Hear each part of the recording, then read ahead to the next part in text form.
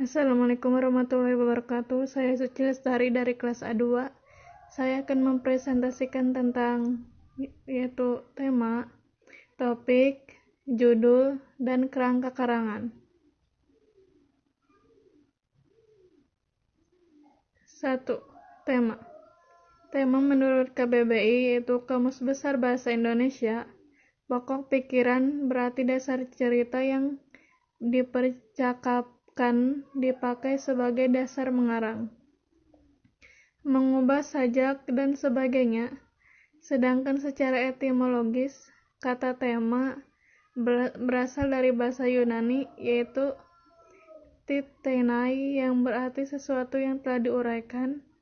Melihat kedua definisi di atas, maka dapat disimpulkan bahwa tema ini bersifat umum dan luas karena tema masih berupa dasar cerita yang perlu diuraikan lagi. Tema yang bersifat luas ini dapat dipersempitkan dengan adanya topik.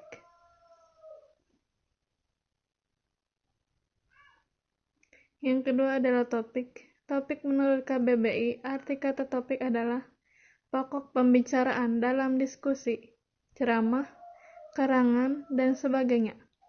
Bahan diskusi, topik berasal dari bahasa Yunani yaitu topoi, yang artinya inti utama dari seluruh isi tulisan yang hendak disampaikan atau lebih dikenal dengan topik pembicaraan. Dari kedua definisi di atas, kita dapat melihat adanya persamaan arti dari topik, yaitu pokok pembicaraan, atau secara bebas dapat juga kita artikan sebagai permasalahan yang dibahas atau diuraikan. Cakupan topik lebih terbatas dibandingkan tema, namun tidak juga terlalu sempit seperti judul. 3. Judul. Menurut KBBI, judul adalah nama yang dipakai untuk buku atau bab dalam buku yang dapat menyiratkan secara pendek isi atau maksud buku atau bab itu. Selain itu, judul juga berarti kepala karangan, cerita, drama, dan sebagainya, atau disebut juga tajuk.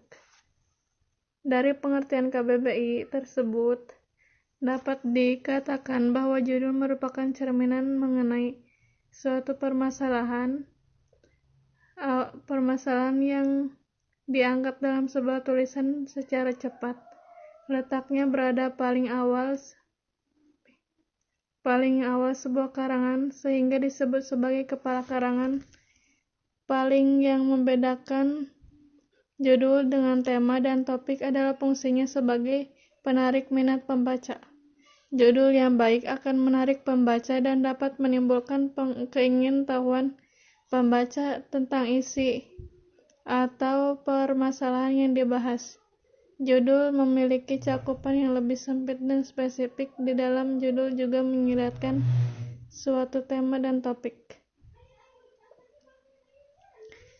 Terakhir yaitu kerangka karangan. Kerangka karangan adalah rencana teratur tentang pembagian dan penyusunan gagasan. Fungsi utama kerangka karangan adalah untuk mengatur hubungan antara gagasan-gagasan. Melalui kerangka karangan, pengarang dapat melihat kekuatan dan kelemahan dalam perencanaan karangan. Kerangka karangan mengandung rencana kerja, menyusun kerangka. Kerangka akan mengerangkan akan penulisan, menggarap karangan secara teratur. Kerangka juga akan membantu penulis membedakan antara ide utama dan ide tambahan.